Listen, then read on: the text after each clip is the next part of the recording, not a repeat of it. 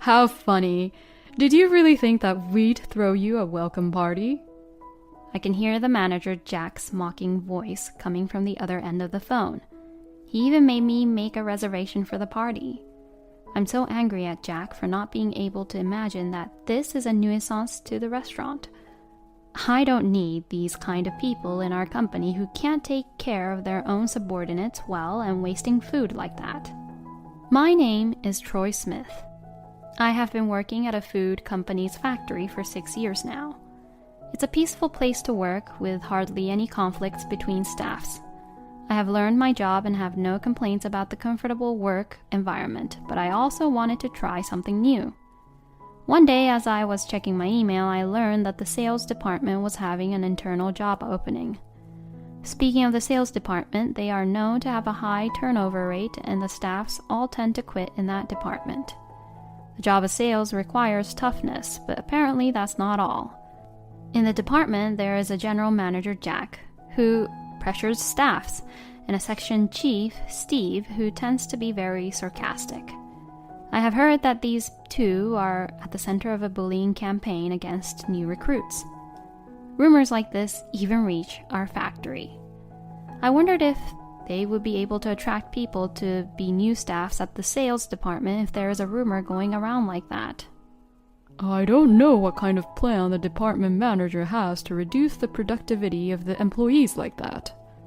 I went home and told my father, who lives with me, about the internal recruitment and the rumors about the sales department.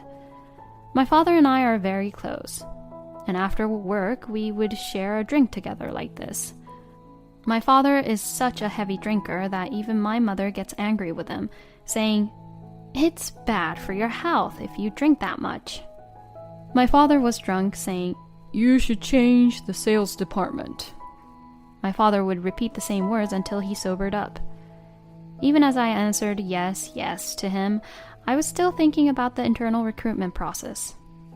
Work has to be viewed from various angles and positions, or else one's perspective will become narrow. Troy, you're capable and smart, so all you need is just experience. You're young, so just try to challenge. These were my father's words when he was not yet drunk. I feel like I've been encouraged and pushed in my back by his positive words. All right then, let's try and challenge to something new. I decided to take the plunge and put my name forward for the company's internal job opening. However, I had no idea at the time that my decision would shake the company to its core. The attitude of the manager, Jack, of the sales department at the open recruitment interview was quite normal. He wasn't pressuring me and he was kind, so I let my guard down. Then, on my first day since I got to the sales department, "This is Troy Smith, who had transferred from the factory." I was introduced by the general manager in front of the sales department employees. When I went to greet everyone, Jack started speaking in a loud voice. "I didn't expect a factory employee to come all the way over here. There were no other applicants, so I had no choice but to choose him. He'll probably be at the bottom of the department for the time being, so make sure that you all use him to your advantage." What? I was offended by his words, which sounded as if he was making fun of the factory workers. Then Steve, who is rumored to be the sarcastic section chief, interrupted. "What can you do if all you can do is pack boxes of food? Our business partners don't come on a conveyor belt, you know." Steve, perhaps amused by his own joke, is laughing by himself. I have no idea why that's funny. "You're taking advantage of your position in the company and harassing me. What you just said is not what should come out from a manager like you, don't you think so?" When I objected, Jack suddenly raised his voice. "How dare a low-ranking person like you give me an opinion? I'm your boss, and you better listen to me." He hits the desk hard and intimidates me. I can't help but be stunned by his unreasonable words, but it would be better not to provoke him any further. Some male employees are grinning at me as I'm being yelled at. Some female employees are frightened by the sound of the department manager's voice. "Fine. I understand. I only said that and went to my desk. I was not allowed to properly greet people, and I was filled with a sense of frustration at being reprimanded in front of everyone. I went home and complained to my father. My father is listening to the story calmly. Jack, that general manager is exactly like a problem child, huh? I wonder why the HR doesn't notice things like that. The sales department is separated from the other departments, and the general manager has a good public profile, so I think he's deceiving everyone. Even though they had a bad reputation, I didn't even notice it during the interview. If even one of us had run to the company's counseling center about Jack and Steve's bullies, the issue could have come to light. There may have been employees who couldn't stand the harassment by Jack and Steve and quietly left the company. At the very least, I had to protect the other employees. I vowed to do so, and from the next day onward, I endured the verbal abuse from Jack and Steve. Is it because someone came from the factory? Something stinks, doesn't it? Steve would say something terrible like that to me. As he said that, he made a gesture of picking his nose as if something was smelly, and laughed with the other employees. Jack would always yell at me non-stop. You haven't taken on any new clients yet? I told you to make 100 calls a day. Of course, 100 calls per day is just reckless. He probably just wanted to take it all out on me. If there is even the slightest mistake, he will yell at you in front of everyone. He would hit the desk and throw papers at us on a daily basis. Such days continued for about 2 months. Some of the employees in the sales department made fun of me, along with the general manager, while a few others looked at me with concern from afar. It was my father who kept me sane in this environment. When I go home, I have someone who understands me. That was the only thing that kept me going. Jack and Steve were not amused, perhaps because I never raised my voice at all. One day, they approached me grinning. It's time to hold a welcome party for you, Troy. Just make a reservation at a restaurant of your choice. Make sure to reserve for 40 people for this weekend. This weekend? I asked back. There are so many parties ongoing on the weekend during the springtime. Restaurants that can accommodate a large number of people must be reserved way beforehand. I wanted to ask why I had to reserve for a restaurant when it was a party for me, but I decided not to, since it would be too much hassle.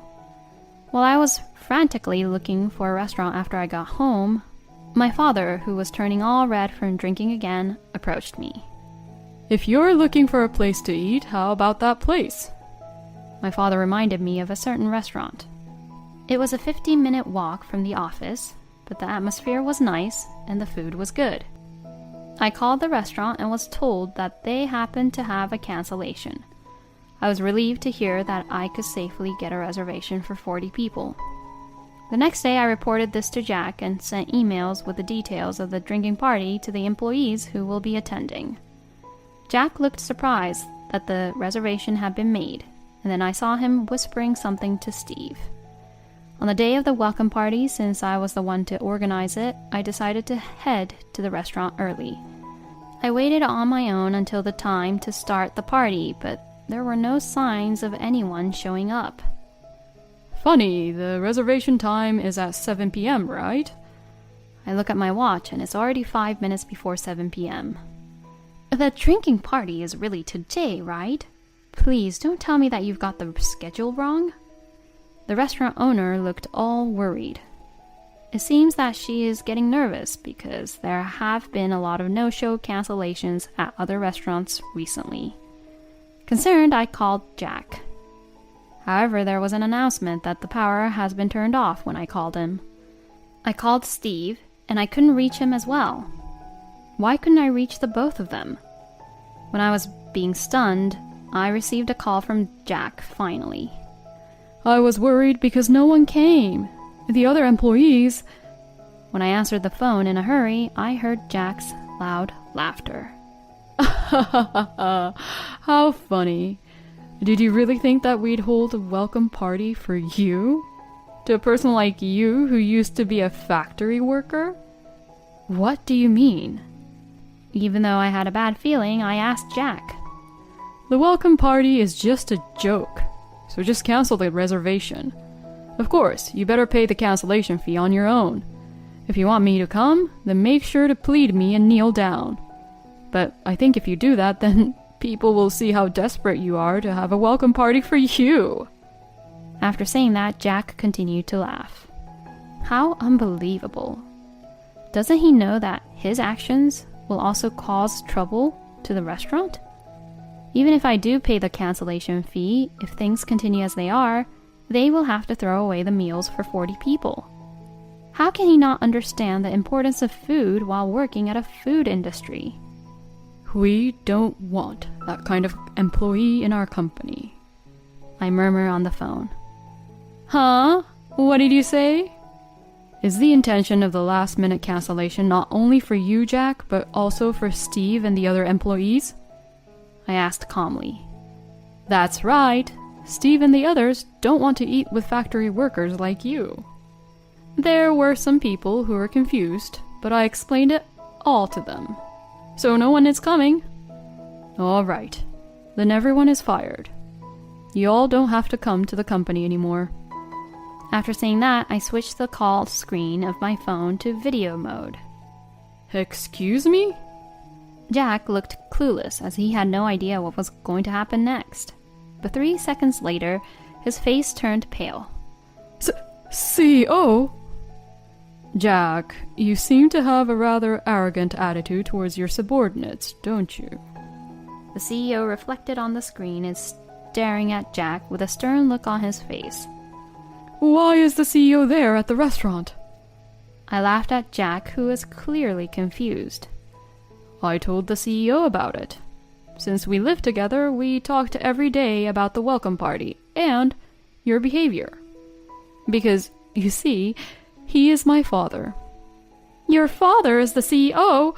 Huh? Jack was panicking so much. You better come to the restaurant right now. My father, who's usually calm, yelled and hung up the phone. I came because it was your welcome party, but I didn't know it would turn out like this. Sis, I'm sorry to bother you too like this. I'll call my friends and the employees now, so please wait. After saying so, my father kept calling his friends or the employees one after another.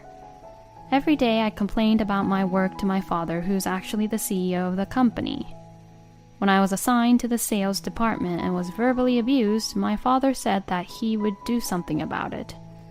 However, I wanted to solve it by myself, so I asked him to watch over me for a while. Only a few executives know that I am the CEO's son. I was concerned that if it became public that I was the CEO's son, everyone would be too nice to me and also pamper me.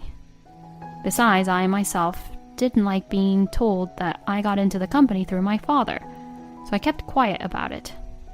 Our last name, Smith, is common, so no one noticed it. And this restaurant I made a reservation for is run by my father's older sister. In other words, my aunt. People gathered at the restaurant one after another, and the seats were filled. Then Jack and Steve came running into the restaurant. I'm terribly sorry for the inconvenience. They greeted my father right away. It's not me who you're apologizing to. It's to my son, and the owner of this place, right? Jack glared at me all bitterly. What do you mean by us being fired? Steve asks with a pale expression. Few people in the company know about it yet, but I've decided to retire soon and hand over the company to my son. In other words, I am the next CEO in line, and if I become the CEO, it means that I can dismiss the manager and the section chief. And I explained that was why that they were getting fired, but the manager raised his voice. All we did was just joke a bit. We get treated unfairly like this? I will sue you, you know. As soon as I started talking, instead of my father, their attitude changed. It's so easy to tell that it made me feel sick. Last-minute cancellation like this is fraudulent obstruction of business, you know. I said so, but Jack did not stay silent. I told you to pay the cancellation fee. If you don't pay for it, it's your fault. You better pay up. Even though you're the next CEO, you're still the lowest rank in the sales department." Couldn't help but let out a big sigh at his disgusted words. "You're threatening me, aren't you?